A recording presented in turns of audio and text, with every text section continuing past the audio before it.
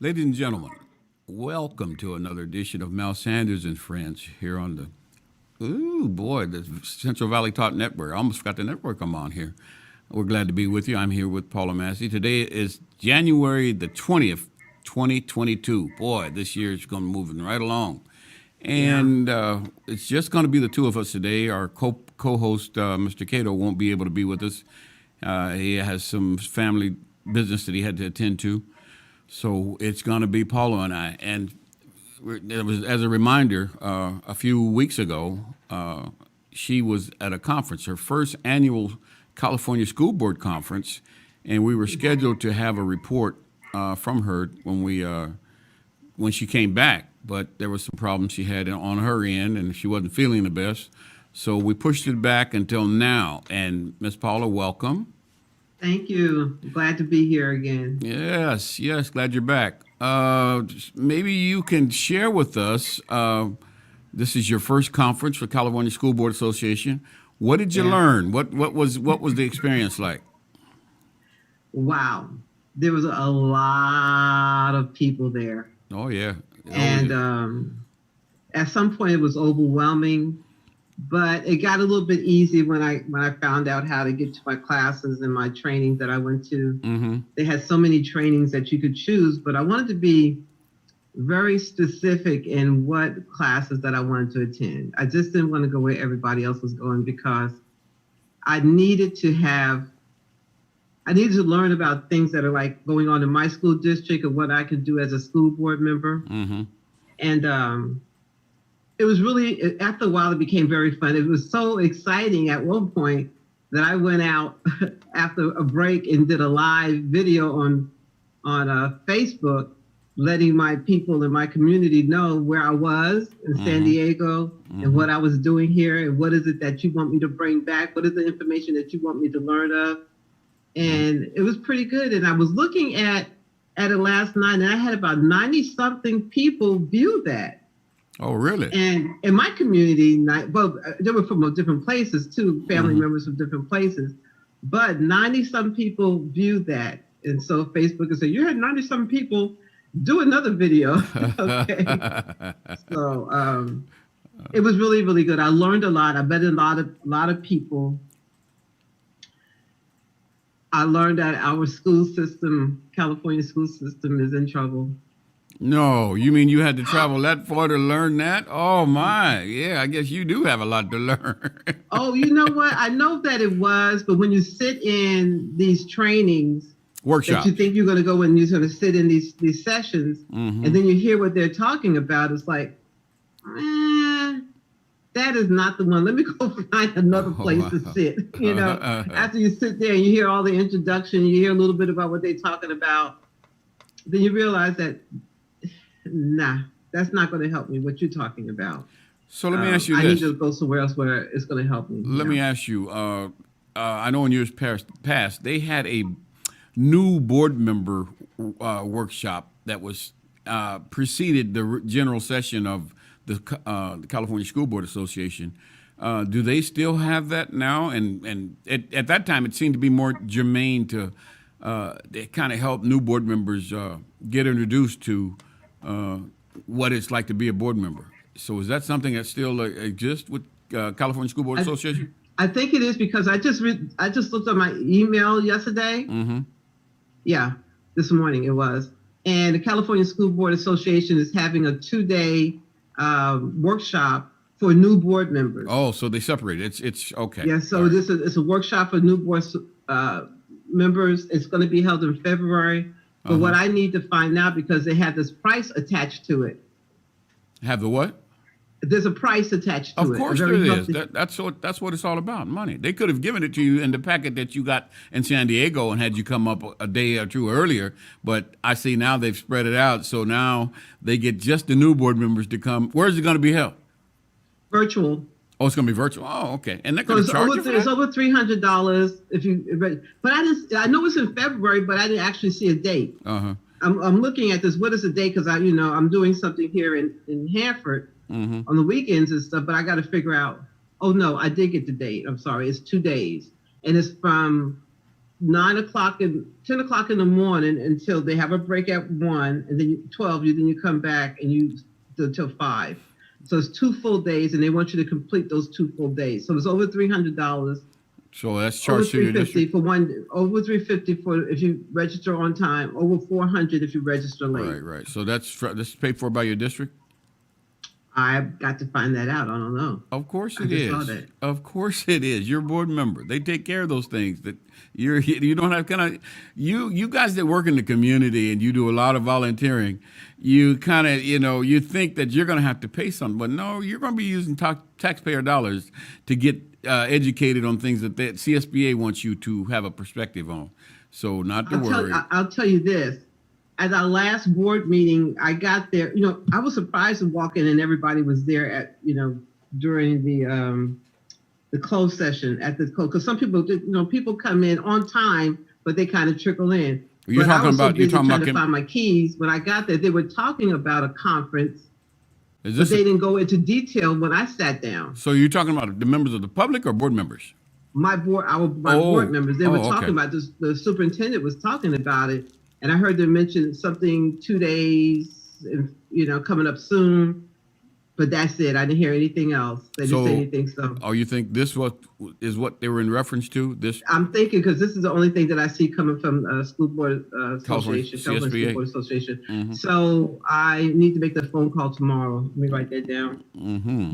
So what do you feel about? In years past, we, as a school district, we used to have board retreats where the board members would come together and they would kind of discuss what their responsibilities were and how they could help the district or through the superintendent do a better job. But they had a conversation to kind of get to know one another. So when things come to the meetings on the agenda, they kind of have a sense of where different ones would stand and what would be something they would be interested in. So how is your district in terms of, have you brought that kind of or is that something you would be interested in doing with your board members? You guys have a definitely. Yeah, definitely. I would love to do something like that. As a matter of fact, when I was at the conference and I was listening to different people, I took a lot of notes. And the one thing that I was writing about questions that we could bring up to our school board, because there's a lot of things that come before us in the open session. Mm-hmm. People bring things and we sit there. We don't actually say anything unless you want to make a comment or whatever. But we really don't say anything. But then I don't see any work being done to address what they said. Okay. So I would love to have a conference. I would love to have a workshop. A retreat. Workshop. And I brought it up prior to going to San Diego. I believe it was later November, early December. One of those I brought it up. And as a matter of fact, at this last meeting, they were talking about it. And they mentioned to me that it's against the law to have a retreat with the board members if we're going to be discussing board policy. Really? So we can't discuss board policy, but what's going to happen, and this was an open session, so I could talk to you about this. And what's going to happen is that the board, the superintendent and his staff are putting together. They say they do this every year, looking at our policies, looking at what we do as far as a school board in this community, and tweak it. Look at our mission statement, tweak it, whatever they need to be tweaking it, and then bring it to us as board members to approve or disapprove. Mm-hmm. And that's going to be done in the next couple of months as they tweak it. They want to have this done prior to the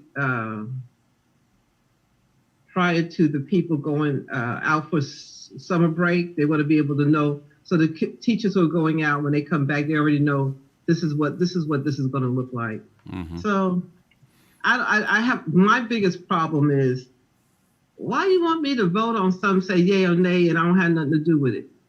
You just want me to look at it and say yeah or nay. And Yeah, that's part of, I think, why you guys have attorneys. All school districts have attorneys. And a suggestion to you might be to have what the superintendent shared with you in terms of being illegal to do, to get that opinion from your attorney, but be specific about what you're asking for, because a lot of times it's all in the language that you use. So you want to make sure that they're understanding what you're talking about is not necessarily policy. It's about the role of a board and how we work together and interact with one another. As if we, it's as a support to the district. Sometimes you have to be careful of how you say that, because what they describe to you is something they do every year. They're supposed to do it, and most districts do it every year. But it's you update your policies and you revise them. And those that need to be revised, or those that you don't use anymore, get them off the books. So okay, we've done that. We've already done all that. A lot of stuff that was old. They did all that. Purging, yeah. Yeah, back in the summertime, they did all that. Uh-huh. Yeah. Well, that should be something that you folks should know about, because if they purged them, they should bring it to you so you can understand what they brought it to us and we looked at them. Believe you me, I know we looked at them and we saw what was being purged and why it was being purged. Mm-hmm. And they had to strike out some things that they wasn't going to say anymore. Mm-hmm. And just put it together. So we had like 2 or 3 reads of that. Mm-hmm. I think we had 2 reads. They brought it to us. We read it. They took it back. We read it. And we had to change, we had to change some things about it. But I know my heart is for the children, but most of the people that are on the board with me are already, have been on board members of other school districts, or they work with schools like elementary school on the curriculum, and they're on the curriculum committee here, or they're working with, they're working at other school districts as a secretary. So they know a lot about boards and how things actually work. So they already know, they've already been on there maybe 4. This is going on, maybe some of them their 8th year, some of them their 4th year. A lot of the people that are on the board with me are if they're not so affluent in the community, their spouse is. Mm-hmm, mm-hmm. So we have some very affluent people. Mm-hmm. Privileged, would I say? I don't know. So what else did you gain from the trip to San Diego? Any other special about making new friends or new relationships with other board members? Any of that? I got business cards. I just found them and I put them somewhere. And okay.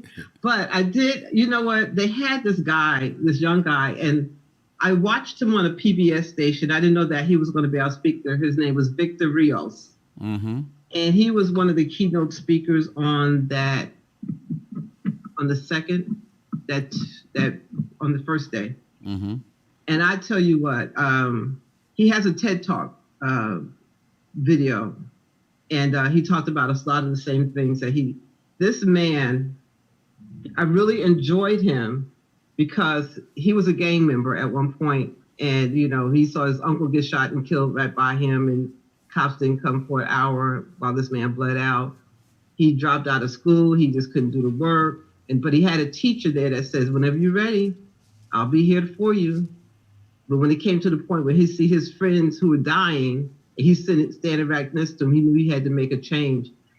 So what I'm trying to say is, with him, the challenges that he had and how he took him into educating kids and went on to college.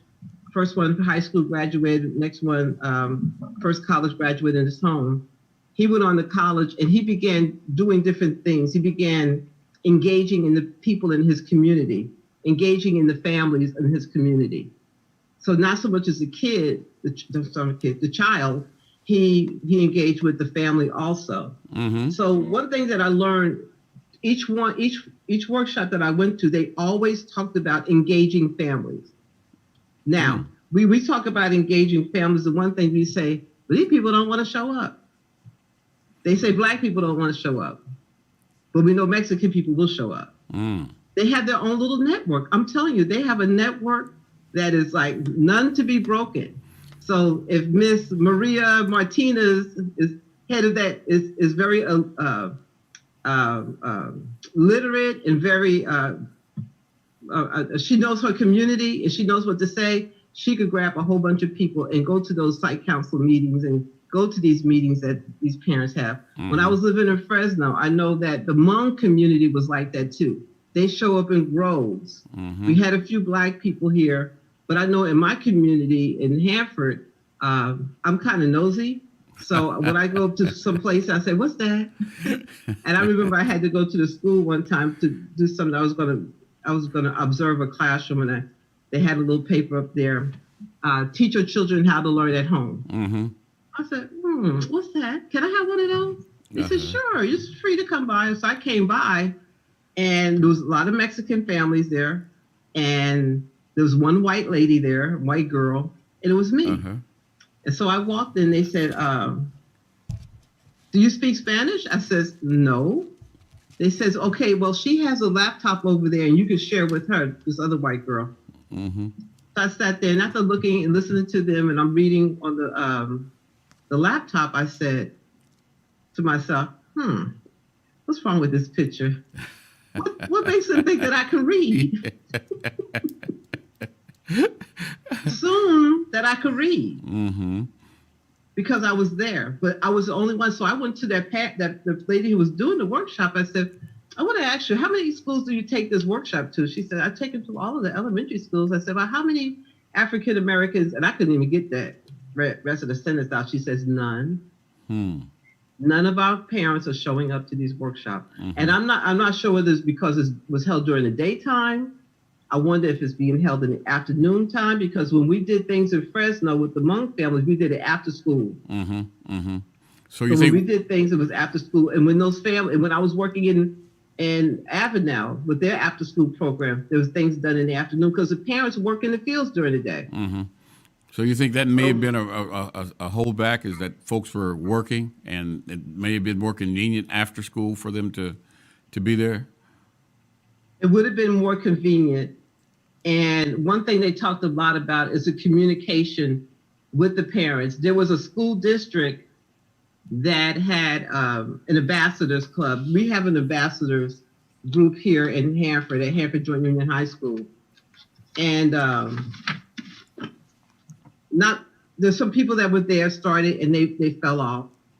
And when I was in that workshop, in the back was the superintendent of the Hanford Joint Union High School District. His name is Victor Rosa. And he raised his hand. He asked about the ambassadors, and he says, "Yeah, we have an ambassadors club, and I'm just kind of frustrated with it because we're not reaching out like we're supposed to reach out, and we have a group of people." And they said, "Okay." And I'm sitting up there like, okay. So I listened to what he said, but then I was listening to the other people. They talked about, they had like 30 ambassadors. Oh, wow. And these 30 ambassadors to this one school district.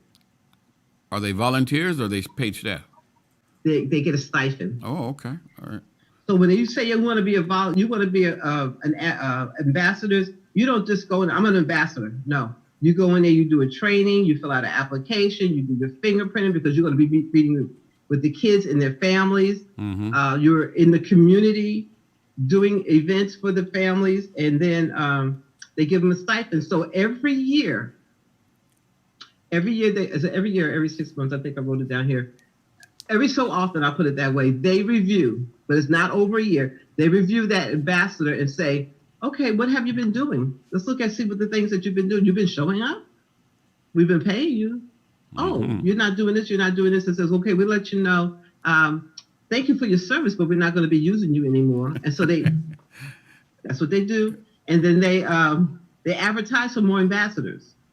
So they got ambassadors that were there from the beginning of time. And these ambassadors have kids and grandchildren that are inside the schools. They attend the school. So they wanted to be a part of what was happening all the way from the elementary, junior high. They wanted to be a part of it. What I found in my community, and I've had talks with a gentleman, and he didn't know whether he wanted to stay with it as an ambassador. And I told him, I said, listen to me. There's two words that we got to look at. You got to define what an ambassador is. An ambassador represents a group of people, an entity. As an ambassador, you're representing the school district, the institution. If you want to work really close with the kids and get them, now you need to become an advocate. Advocate, you would advocate for the family, to the ambassadors, to the school district. So you're getting more deeper and deeper into the families. When I was working in Fresno, I worked for this place. It was called Fresno Covenant Foundation. Now it's called Reading and Beyond. I was a parent educator, and I worked with children, pregnant teens, pregnant moms, to the children were 5 years old. I was an advocate. I worked for the organization, but I was an advocate. So I would go to a family. I remember going to a family. This lady and her husband had adopted 3 kids, 3 children, 2 boys. Both of them had special needs, and the little girl, she was about 6 months old, but she couldn't roll over. She couldn't do anything. And there was no medical came with her. So what I had to do is put on my advocacy clothes and say, okay, this is what we're going to do. Before I could even work with her to find out what I needed, I need you to go to Central Valley Regional Center, make an appointment, and have her evaluated. They found out that she was a drug baby. Oh, special Found out she was a drug baby. That's why she couldn't do a lot of things. So the parents called me and says, Paula, I got good news and I got bad news. I said, okay, what's the good news? She says, I took my child over to Central Valley Regional Center. They said that she was a drug baby and they're going to be working with her. The bad news is that I will be needing your services. I said, that's not bad news to me. I'm glad you got where you needed to be. I'm the type of person, even in my tutoring, if I'm tutoring a child, and I can't take them any further, I'm not going to sit up here and act like I'm tutoring your child and taking your money. I'll let you know in a heartbeat that, you know what, I think I've gone as far as I can with your child. And even when I was running the private school in Lemoore, we had a little boy he was a little boy, he was a big boy, he was in high school. He wasn't doing any of his work. And he wanted to fight, he wanted to, jump at me. And I'm like, oh no, we're not doing that. I kicked him out the school. I said, don't you come back.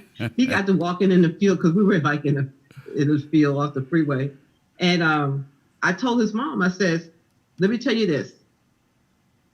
Your son is not going to be here. He's not going to want to do. You take that money that you're giving us and go buy you a new dress. I told her just like that. Okay, what you guys say?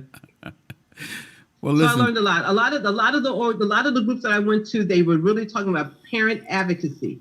You're right. Advocating for the parents, advocating for the children. A lot of the other ones I went to, they were talking about the establishment and what the establishment has. And the establishment ain't always working for our children. Well, folks, you're listening to I'm Mel Sanders and Mel Sanders Friends. We have Paula Massey on with us today. And I want to ask you, you're on the board, you have a 4-year term. What would you like for your four-year term to look like in terms of your input in that district, your fingerprint, your footprint left when you decide that, you want to move on to something else? Because I know a lot of people don't look at it that way, because a lot of school boards have people that have been on there for 10, 20 years. And some of them have some of the worst test scores in the state, and they really don't have a real interest in it other than they think their job is to support the superintendent, is what they'll tell you as board members, when actuality that's really not their job. But anyway, what would you like your footprint to say when you leave your district as a board member? Well, Mrs. Sanders, I think about that. One of the things that I constantly, and I think I've asked this question a couple of times, is what are we doing at the junior high level as a school board, high school board? And we got these students coming into our school, especially after the COVID thing, and they had loss of learning. We're having a lot of students that are being dismissed because of behaviors, and they're coming from the junior high, or this is their second year in high school, but the first year was just distant learning. Mm-hmm. I said, what are we doing to make sure these students, when they come over to the high school, they're ready? They're academically ready. They're socially ready. What are we doing? Because once they get here, they're just going hog wild. What are we doing? But what for can them? you? They say, "Oh, But what can you do from a high school level to affect the problems that you see at the elementary, and the junior high level? Is there anything that your district can be a part of that could maybe help alleviate that? I think school boards need to work together. I really do. Oh, that's a good idea. You mean I like really having do. joint meetings and talking about the issues and how to support each level? Each level. What do we need? Junior high, elementary school. What do we need to do to support these kids that are coming into your junior high? What do we need to do? Because junior high and elementary is all in the same district. All right. Right. But when they get over to the high school, we need to find out, they need to know what is it that we expect of them, these kids. So what? Parents need to be involved in that too. So let me ask you this. Now, did I understand you correctly? The elementary and the junior high school are part of another district, or is that a part of your district? As a part of another district, they're the Hanford Elementary School Board, Oh, so it's another board, another governing board. another governing board. School So, district. first of all, do those superintendents and administrative teams meet to talk about how do they bridge the gap between elementary and high school? I don't see it. So I haven't seen it. I haven't seen evidence of it. So do you think it would be a good idea for boards to meet, boards to board, to meet and have those kind of discussions? That would be perfect, even if you did a retreat like that. Yeah, Even but if I think, well, anyway, I just think. Yeah, it would be helpful. Let me get not ahead of myself. Yeah, I think it would be helpful. Okay. Even on our elementary school board, we have people that have been on the school board for years. There's one lady in my district. She's been there 20 years, and Johnny still can't read. The school district, the school board, the elementary school right down the street from me is have some of the worst scores. The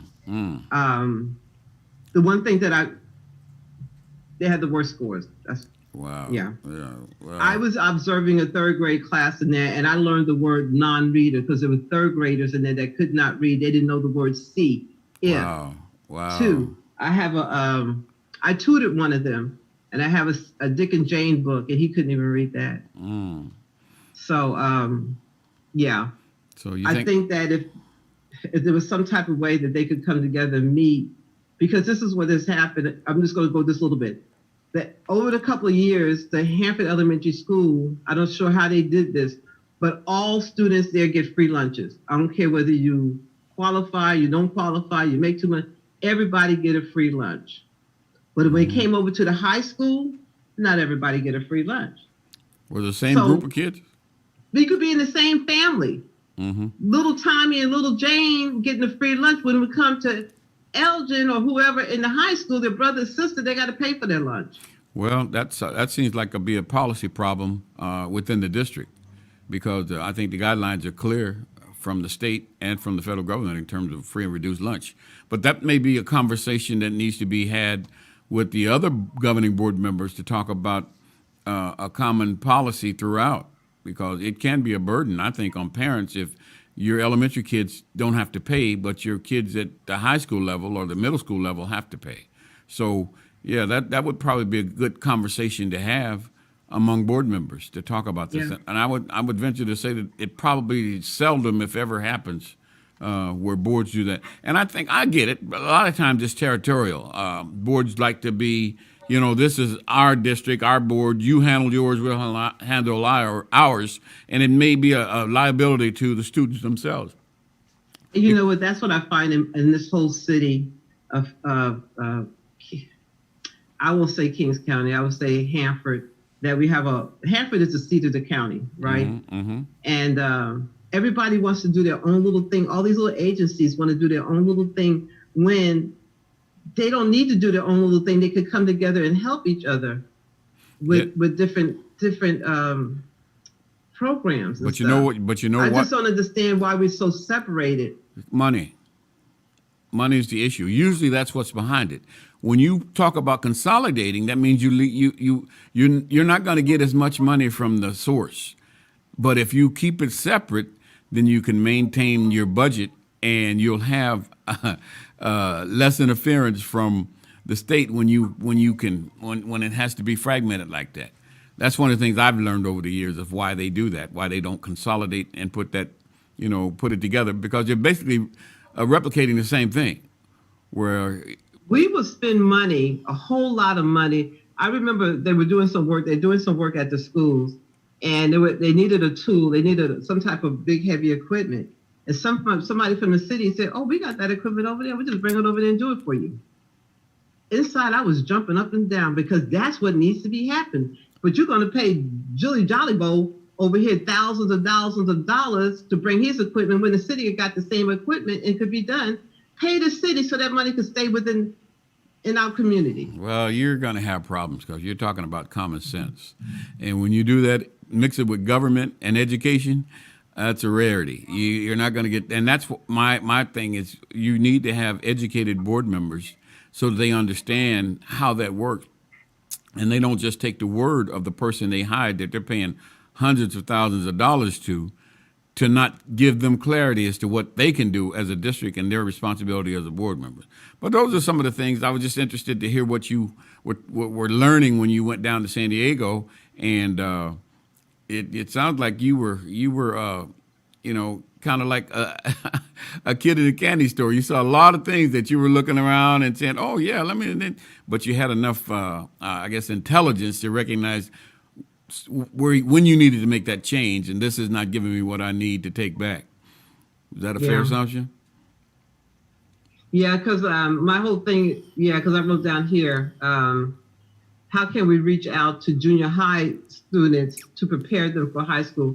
And the one thing that I see that we do is, and I like the fact that they're reaching out to parents, because somewhere along the line, these people realize that our students, our high school students, need guidance. Mm-hmm. They're not adults. You're asking them to make decisions that would impact their life. Mm-hmm. At this age, they're going through puberty. They're looking at boys and girls. They're not looking at their future, but you're asking them as a school to make these decisions and mm-hmm. leaving the parents out. But mm-hmm. you're pulling the parents in more elementary school, which parents need to be there at the elementary school. But I find that at the high school level, students need guidance from their parents. When they're filling out those classes that they need, parents need to be involved in that. What path are you going to go on? Then they need to know that if Johnny by the time Johnny's going to get ready to go to 11th grade, if he don't have enough units, he's going over to the continuation school for credit recovery. And hopefully he could do credit recovery over there. Mm. Why? Because a lot of parents are not aware. I talked to a parent the other day, a grandparent the other day, and his grandson is looking at possibly going to Earl F. Johnson because he's not going to Earl F. Johnson, but he's flunked some of his classes. Not because he didn't know it, just because he just didn't want to do it. But I told him, no, you don't want to be that. You don't want to do recovery when you go over to the high school over here, because you're not going to have no prom. You're not going to do nothing but just go drive by graduation. You're not going to do no career technical education. You're going to have to wait till you get out of school and then go to the adult school. Mm-hmm, mm-hmm. But I said, when you met with the counselor, did the counselor tell you that? He said, no, but you told me that about a year ago. So let me ask you, do you think there should be more counselors in school? Because what's the ratio of your high school from student to counselor? Too many. One counselor don't need 300 kids. How can you mean? Because when you have that many children and you have one counselor, you know what's going to make his job easier? Reaching out to those students who are already on point, getting what they need, doing what they need to do. There's not a lot of work with mm-hmm. those students. Mm-hmm. There's more work with the kids who are struggling. Mm-hmm. If I got 350 students on my caseload that I got to be responsible for, and that's not including the children that are coming in. that I might be assigned to. Wow. So you think that's one of the responsibilities of the district is to bring in more counselors for students? Bring in more counselors and train more counselors. Hmm. And I know that with COVID, a lot of things we can't do that I would love to see happen. Working with these parents, really working with these parents, because one thing the school talked about, who does the ambassadors, they go knock on doors. They knock on doors. Hey, how everybody doing? Just got the mask on and stuff, but they're just saying, we just stop by to see how everybody's doing. How is Janie doing? Is she doing okay? Yeah. It seems like she's doing good in school. Okay. We're just checking up on making sure everything. Y'all need anything?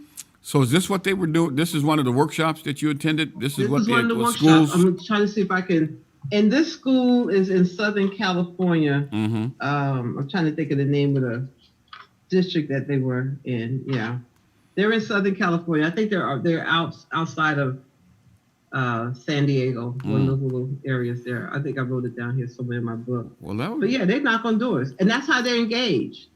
Well, wouldn't that be something that the district would be able to send some of their ambassadors down to sit down with them and pick up some strategy tips? Well, I tell you what happened last year. The school hired advocates.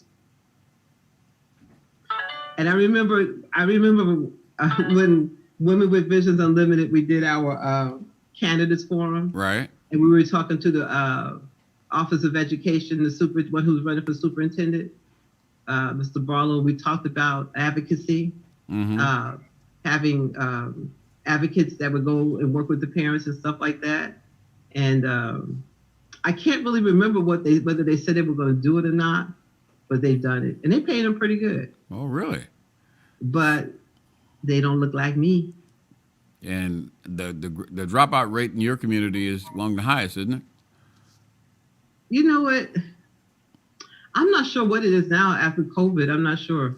Mm-hmm. But prior to, and as a tradition, usually normally we weren't doing great. My biggest problem with us was we were expelling a lot of kids. And we were sending a lot of kids over to the community day school, and we were sending a lot of kids over to do credit recovery because they wasn't making the grade. Mm-hmm. And we got to find out why these children are making the grade. I remember the who was it? The Human Services, our county Human Services. They contacted me one time to tutor this young girl. And she was going over to Learn for Life, it was a charter school, and they gave her work, but she couldn't get it work. She couldn't do it. They had her doing a thesis. She had disappeared for like 2 years, so now she's back. They have her in the 10th grade level. They asked her to do a thesis. She didn't even know what a thesis is. How can she do a thesis and don't know what a thesis is? What is a thesis statement? She don't know what that is, but this is my problem. You have these students who are lacking. Somewhere along the line, they have these gaps, but you keep moving them on and they don't know. They don't know. So at what point are you going to say, oh, Sally really don't know this. Let's go ahead and see what we're going to do. But they want to give them an IEP, diagnose them with special needs, ching, ching, more money in the school. But what are you actually doing with that child? Mm-hmm. So I've asked you about your legacy. And I don't know. There's got to be something you'd like to leave before, with that district that lets them know that Paula Massey was a part of the board. And because of that, these things have changed or these things have been implemented. One thing I would like to see us work closely with the junior high school. Our board worked with the Hanford Elementary School Board. Okay. So that's that one could thing be that one I would thing. love to see turn around. If I could get that, if I could see that happening, and we could make a change at the junior high level. Yeah. Well, I'm gonna tell you, I've been on the junior high school level. I've been at the junior high school, and I sat there because a couple of teachers wanted me to speak on Black history, and I watched these students and how they dress. They're very conservative in how they dress. The dress code is really good, but once they go to the high school, things change. things change. Those students dress really kind of way they want to dress. And so as Sally's been over here dressing very conservative, no cutout pants and all this other kind of no midriff showing. And she goes over to the high school. Well, mama, they doing it. She got a struggle on her hand. Well, Because now that child is having to compete with everybody in order to fit. so peer pressure can certainly be an obstacle as to the quality of education for young people, and it has been for ever since when you get older and you start hanging out with other folks that can influence you, then it sometimes poses a challenge for those that want to get a quality education because they're distracted. It starts at the kindergarten. Once you put your child in a preschool, the influences come in. You bring your child home, and your child starts calling MFs and all this other kind of things, just cursing and bite me, mom, and all this other kind of stuff. You want to knock them across. It starts. You say, where you learn that at? You didn't learn that here. What are you sitting out to a preschool? You got 30 other kids, 40 kids, and then they all say what they want to say, and they're not getting in trouble. So your child's like, they know that if they say that at home, they're going to get in trouble, but ain't nobody getting in trouble here? Shoot, I guess I could say the same thing. What? Yeah. Their mama came and their mama didn't do nothing? Ooh, I'm on easy street now. So there's been a lowering of the standards over the years. But there is one thing also that I would love to see happen in my term is that we offer career technical educational classes over at the Earl F. Johnson School, which is the alternative school. Those kids were going over there for a career, over there for credit recovery because they don't have those classes over there. I haven't seen them. And I asked before, I says, well, is there a way that these students can go over to these schools where they want to, if they want to go on the medical path, they go to the medical path. You could get a bus load and send them over there to classes. And they says, well, we tried that, but it didn't work. Didn't work is not a good answer for me, It's not a good answer. It didn't work. What do you mean it didn't work? I mean, there was no buses to pick them up. But then I was a BSU advisor, Black Student Union advisor. I'm sitting there watching these kids get on the bus at 1:00. And I'm like, where are these kids going? So I followed the bus. I followed the bus to see where they were dropping these kids off because none of these kids look like me. So I was like, where are they dropping these kids off? And they were dropping them to different businesses so they could do I guess they were doing, what do you call that? Internships and stuff like that. Right. Yeah. So is it in your mind to maybe develop a group of parents that can be the carriers of the water that needs to be carried in terms of support for young people and getting these programs in?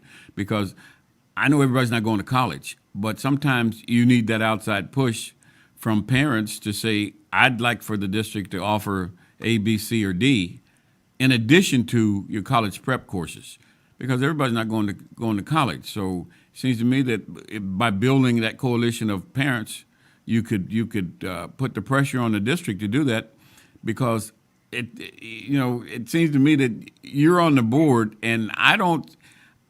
Just knowing you have a very powerful influence on folks when you really want something to happen, and I don't see them giving you that kind of pushback because you can demonstrate the need. But I think the key is, can you rally the parents to be able to help carry that water? That's the thing, is getting the parents, getting a couple of parents, even if it's 2 or 3, to help with that, and firing them up, getting them fired up, and to do this. They have to be fired up. And they have to see some other models. I mean, there are some models around that can demonstrate that this is successful. If you implement it, it will grow. I think you mentioned earlier that somebody said they tried it and it didn't work, but they didn't give you a satisfactory answer as to why it didn't work. Right, exactly. So it seems to me that would be, a fight worth having, because at the end it's going to produce the kind of result that is going to be beneficial to those young people when they leave high school and go out into either junior college or go to a training institute or whatever they go to, that's going to benefit them. One other thing that they talked about, and I just saw here, that they have a student board that the students are, they're part of the school board, but they're at this student level. We have ASB, Associated Student Board. They come and they read off to different schools. They have the 3 different schools. We don't hear nothing from Earl F. Johnson or community. We hear from the 3 major high schools there, and they give us a readout about what's happened, what's getting ready to happen. Oh, we had a pajama day or something like that. But they leave after the end of the meeting. So I want to talk to them, especially one of the guys. He's in the BSU, but he's a Mexican guy. He's in the BSU. I want them to stay. And the only way we're going to get people to understand what's actually going on at the school is they stay at the meetings. Stay at the meetings, because our last meeting was like 20-something minutes. We didn't even stay there long.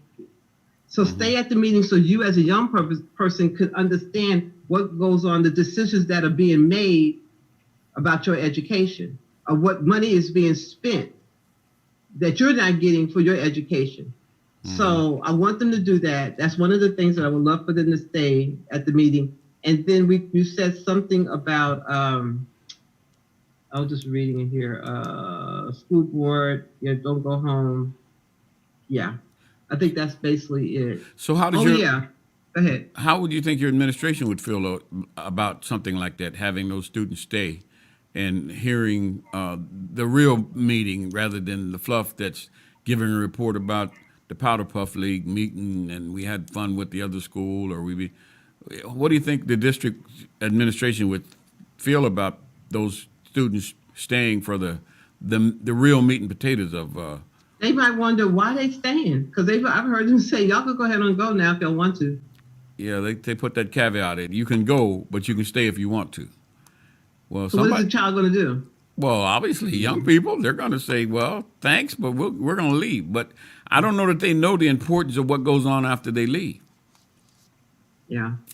Because I think that's where what you mentioned earlier about having them being more involved, that's where you start. You can start there, and you never know. Some of those young people might wind up being in your seat when they become adults. That's my whole point. We had, and I have it written down here, we had some kids come to the school, children come, and they were talking about the dress code. They wanted to change the dress code. They came twice. The second time they came, they talked about it a little bit more. And then after they gave their presentation, what did they do? Made the exit, huh? They made the exit. Don't make no exit. Did you ask? You don't know what's getting ready to be said about what you just made a comment on. Did you make a comment on their comment? No, I wrote it down. You know what? I didn't realize that we had not talked about that as a board, because they addressed the board.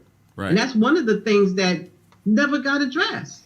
But we never talked about it after that. Yeah, but I meant during their presentation. Did you make a comment about their comments? No. They were very articulate. I didn't need to make a comment about that. I wrote notes. Oh, okay. I didn't, but I waited to see what we were going to do, and then I realized that nothing was done.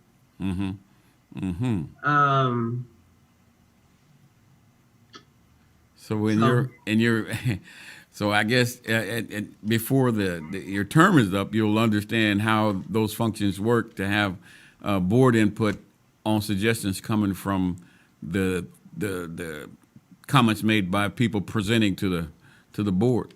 Because I think that's important to hear from board members. If I were a student coming there and I brought the issue, I'd like to know that it resonated with what the board members who make the decisions, so that I feel like something's happening.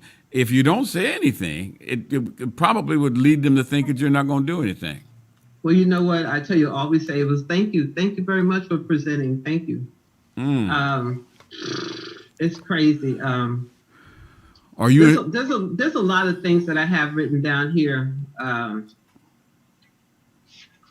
that I just, you know what, I write this down, because when I think about stuff, I write it down. Yeah. But at Dr. Victor Rios, the one who I told you that spoke at the conference. Yeah. Yeah, well, you know. What I would love to see, and I'm going to say it right here, I don't care what school district you're at, if you're watching this show, you really need to show up. You need to get a group of your people, whether they look like you or they don't look like you, but you need to come and sit in on the school board. They have seats there. Is that effective? Wear your mask if you want to. Or if you don't want to wear a mask, you say, when are y'all going to go back to what is that, Zooming or whatever it is that they use. So you can have a presence. You need to have a presence because we have presence of people that show up there. Right. Some of them have students. When they were taught the mask mandates. We had groups of people, but there was nobody looked like me. Yeah. So are we even caring? Well, now I just found out yesterday that our elementary school district is no longer doing contact thing where if you were exposed that you need to tell somebody. Contact tracing. Yeah. Wow. Contact tracing. They're not doing it anymore. So we asked why from a teacher, and we asked why. She said it was just too complicated. So this is from one of your district teachers, employees? She's at a school. She's at one of the schools that will within your district. Schools, when they graduate, they come over to the high school. So she's in my school district. Within your district. So that's what the school district. If I was in elementary school, that would be my district. So what was the response of the superintendent when he heard that? I don't know when he heard it. I heard it yesterday. Me and Carol went to go get lunch after it was at the museum. And she said, "Hi, Paula." She wants me to come and go do a Zoom. I talked to her kids about Black history, and they sent me some beautiful cards. But she wants me to come do it again.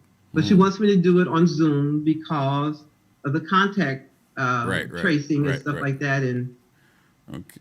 But when just giving up. When she made the comment, it wasn't made at a board meeting. That teacher? No, it was outside of a restaurant yesterday. Okay. Because I was wondering if the superintendent had heard that. What was his reaction to that when he said that we're just not going to do any more tracing? Yet I know there are folks. Yesterday. It came down yesterday, so she said they just did it. Well, this week they just came down with it that they're not doing that contact tracing anymore. This is a district policy, or this is just a teacher saying that that's what? It came down probably a policy. She said they're changing things every time they turn around. Well, that's interesting because people are still getting sick. People are still dying. This COVID is no joke. It is serious.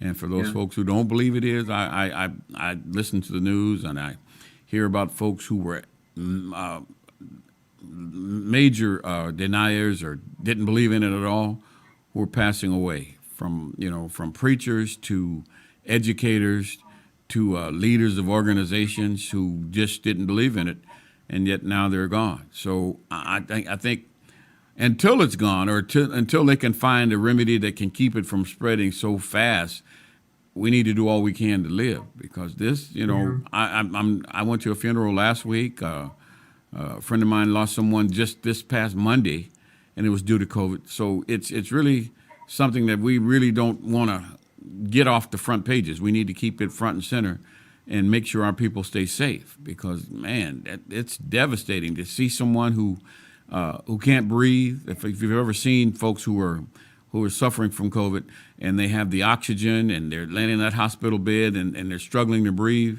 it's not a pretty sight. And man, it puts a lot of pressure on families and friends who care about them. And I think, as we move throughout the summer, hopefully it will get better. But if it does, it's probably going to take another form to come back again in the fall. So I think and when it relates to education, I think we need to look at different ways we can do this too, because the venues are not always the school classroom. I think it should be utilizing every available space in the community to keep people safe and to bring the community closer. Yeah. You disagree? No, I agree. I was just thinking about the programs that they have. I'm trying to do extracurricular. Mm-hmm. It's not extracurricular, but there's a program that they have that the California School Board Association was putting out there that they wanted school districts to reach out to nonprofits, different organizations that can help with the what do you call it? This when the student loss of learning. Oh, okay. They can help with the loss of learning. But I was reading that more. They wanted to be more before school and after school. They could work with these kids and even on the weekends. See, that's the problem I have with education. They like to keep all the money inside their circle. they love for people outside to come and volunteer, but they want to keep all the money inside their circle. And I think that's a big problem, and it's going to have to change. And I think COVID is the thing that's going to make them look at different models of how we can work and make sure kids are going to be safe, and we can make sure they compete and can reach their academic goals.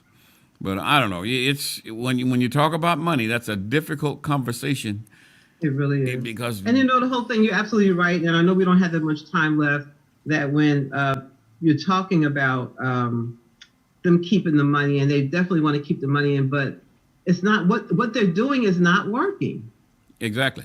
Why really, would you want your children to come to me early in the morning before school and then after school, and they're still sitting in a classroom that they're not getting it? They're not getting it. And they are exposed. I was telling a young girl the other day, it's not you. It's how you learn and how you're taught. Mm-hmm.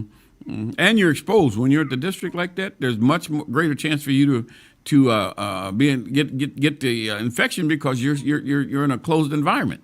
So the less people that you have in that circle, the more likely it is that you can maintain the distance that you need to stay safe and healthy. But anyway, that's something that's going to be going on, for a conversation that's going to be going on for a while. And hopefully there are some community groups that are coming together to look at this in another, differently, to see what we can do about including the entire community in the education of our kids. Yeah, they just need to know that they need to make sure that you're having application, you're having the parents sign that these kids, and then also have the health thing going on, that they've been vaccinated. Mm-hmm, mm-hmm. Let us know that you've been vaccinated. Did you get your second shot? That stuff needs to be done. You need to do this. I've had one of those wands that you put over your head. I did that when I was working with this young boy last year. He had his mask, and when we needed to do a shield so he could see my face. Right. Yeah. Right.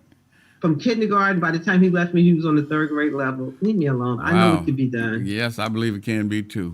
Well, look, we're out of time for this evening, and I appreciate you joining us and sharing about your trip and what you learned. And I see you're still excited. I hear the excitement in your voice, and I'd be interested to see how close you're going to be able to come to leaving that legacy you talked about, because that's important. You do a lot of work, and most of us who don't get the recognition that we deserve because we're so busy doing the work, and yet other folks who are just in it for their accolades, get that and get all the money too.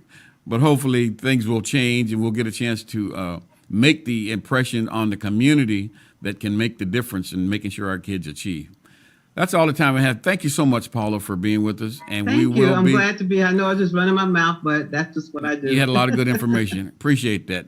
Folks, thank you for joining us, and we'll see you again on the next show. Good night. Good night, everybody.